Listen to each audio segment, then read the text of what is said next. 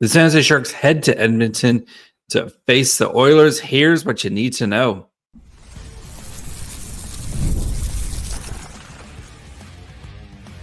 You're Locked On Sharks, your daily podcast on the San Jose Sharks, part of the Locked On Podcast Network, your team every day.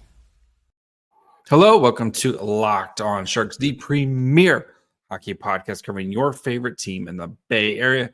My name is JD Young, caretaker at the Reef, also the co-host of Locked On NHL. And I want to thank you for making Locked On Sharks your first or potentially second listen of the day as we continue our game day previews with the Sharks facing the Oilers tonight. The Sharks game 2 of their last road trip of the season. For both teams here, I think both teams very beat up heading into this game. That's something we'll talk about some more. The Oilers, I believe they need 1 point to clinch a playoff spot. So, this is a big game for them as they want to kind of get this thing done. They're still 3 points behind the 2 points behind the LA Kings. Very important for the Oilers as they try to get into the playoffs and to kind of position their seeding here. So both teams right now, maybe not playing some of their best hockey. The Sharks, of course, 2-6-2, having now lost 7 straight after their 8-7 loss on Wednesday night to the Minnesota Wild. And then the Oilers, they beat the Blues, the Red Hot Blues, on Wednesday night as well. But before that, had lost 2 straight to the Ducks and the Kings. And of course, these two teams played not that long ago, where the Oilers won that game. Very competitive game. All these games have been 3-2 so far. So we assume it's going to also be 3-2 in this game, right? Probably not. All right. Let's see how these two teams match up. The Sharks 20-47-11. The Oilers 45-28-5.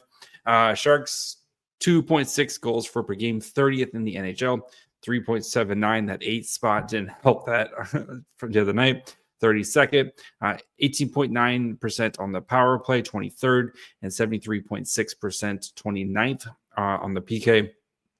Oilers 3.18 goals per game, 10th. Goals allowed 2.91, 15th.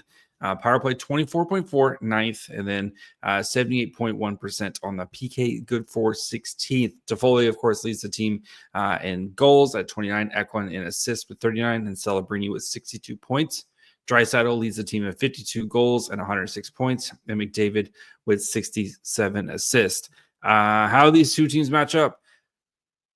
The Oilers are a pretty good team. Oilers, again, like we talked about, this, maybe not as lucky. They're a little unlucky when it comes to actually scoring 5-on-5 goals. They're 5th when it comes to creating shot attempts, 2nd when the expected goals for, but 14th in actual 5-on-5 goals. Power play is very good. The Sharks continue to be near the bottom when it comes to generating offense. Defensively, again, Oilers very good at not giving up a lot of shot attempts. They're 5-on-5 Corsi 4. Again, when you kind of control the pace, right? The expected goals for, they're very good at doing that. But goaltending has definitely been a massive question mark for them. And it's not much better right now, as we'll get to here in a second. Oilers again 3rd in the Pacific right now, 10th in the NHL. Goalie has been a huge question. They didn't do anything about it at the trade deadline. And Stuart Skinner is injured right now, so they're having to dip into the reserves here. So looking at how they're expected to line up: Skinner, McDavid, Brown. So McDavid's back. Draisaitl still not back. Arvidsson, Henrik Hyman, Podkolvin, Jan-Mark Perry, Jones, Phillip, and Kapanen as your forwards. Corey Perry playing third line.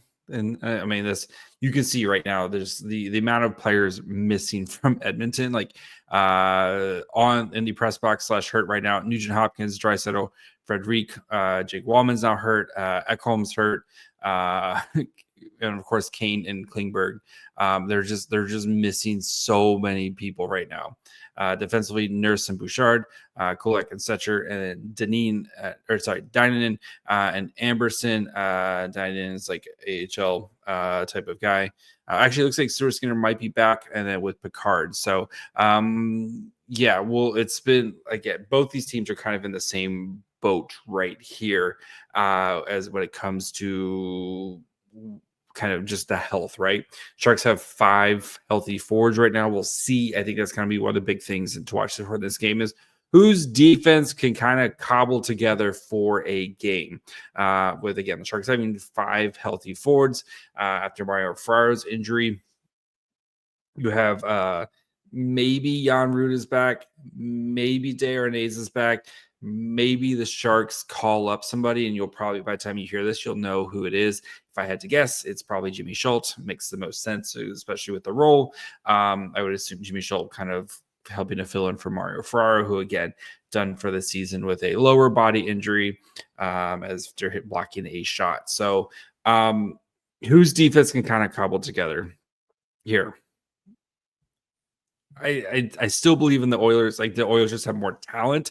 Especially, like if you stack all the defensemen up in this game, like you're picking a lot of Oilers before you get to a Sharks defenseman here. So, and they do have the best defenseman in this game when it comes to Bouchard. Like, he's just clearly the best defenseman in this game. So, but right, can the Sharks maybe take advantage of some of these other defensive matchups? So I am curious to see how that goes. I do also want to see, right, you just scored 7 on a much better defensive team in the Minnesota Wild. Can you keep that momentum going? How does Macklin, Celebrini, and Will Smith, and yes, I know they lost, but still, you combine for 9 points. 9 points.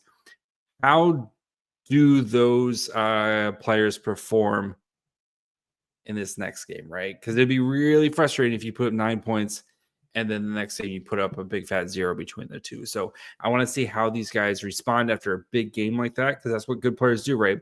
They follow up big games with another good game. So how do Smith and Celebrini perform in this game? And I know points aren't everything, but I would like to see those two guys have great games here. For the Sharks, right, your tragic number is now 3. So it's a combination of Sharks points that they didn't earn. So if you lose in regulation, that's 2 tragic number points. If you lose in overtime, that's 1 tragic point, and then plus Blackhawk points. So both teams are looking to solidify their positioning here. If the Oilers win in regulation and the Sharks therefore lose in regulation, the Sharks' tragic number becomes 1 point. Here is the up-to-date as of 8:30 p.m. Tankathon standings. Oops, wrong one. That's what I want. Tankathon standings right now. Both the Sharks and the Blackhawks have played. Sharks played 78 games. The Blackhawks have played 79. 5 points now separate Chicago and San Jose. Of course, the Blackhawks have now won 20 regulation games. The Sharks have won 14. That is the first tiebreaker. So even if the Sharks somehow manage to get 5 points in their last 4 games here, and the Blackhawks lose out, it doesn't matter, because the regulation win, like the Sharks had the first tiebreaker in regulation wins. So let's get this thing locked up here. Let's get this thing. We can have this thing wrapped up by the end of the weekend. That's the hope, right? Is this thing is wrapped up by the end of the weekend for the Sharks. So I do think the Oilers win this game. This game is very important for Edmonton as they play the Sharks one more time after this game, right? And they are definitely counting on those points to try to catch the LA Kings. I think the Oilers win this game. I think McDavid continues to do McDavid things and maybe probably wants to try to find a game where he can, as he's coming back from injury, kind of maybe push the gas a little bit more and see if he can get himself back into rounding into form. We'll go 4-2 win in here. And I do think Smith and Celebrini continue to do Smith and Celebrini things. And let's say a combined 3 points from those two guys, even though the Sharks lose 4-2. So we'll have a full breakdown of this game. Plus, we'll be talking about the Barracuda game as well on your next episode. Locked on Sharks, wherever you get podcasts. And of course, you can watch on YouTube as well.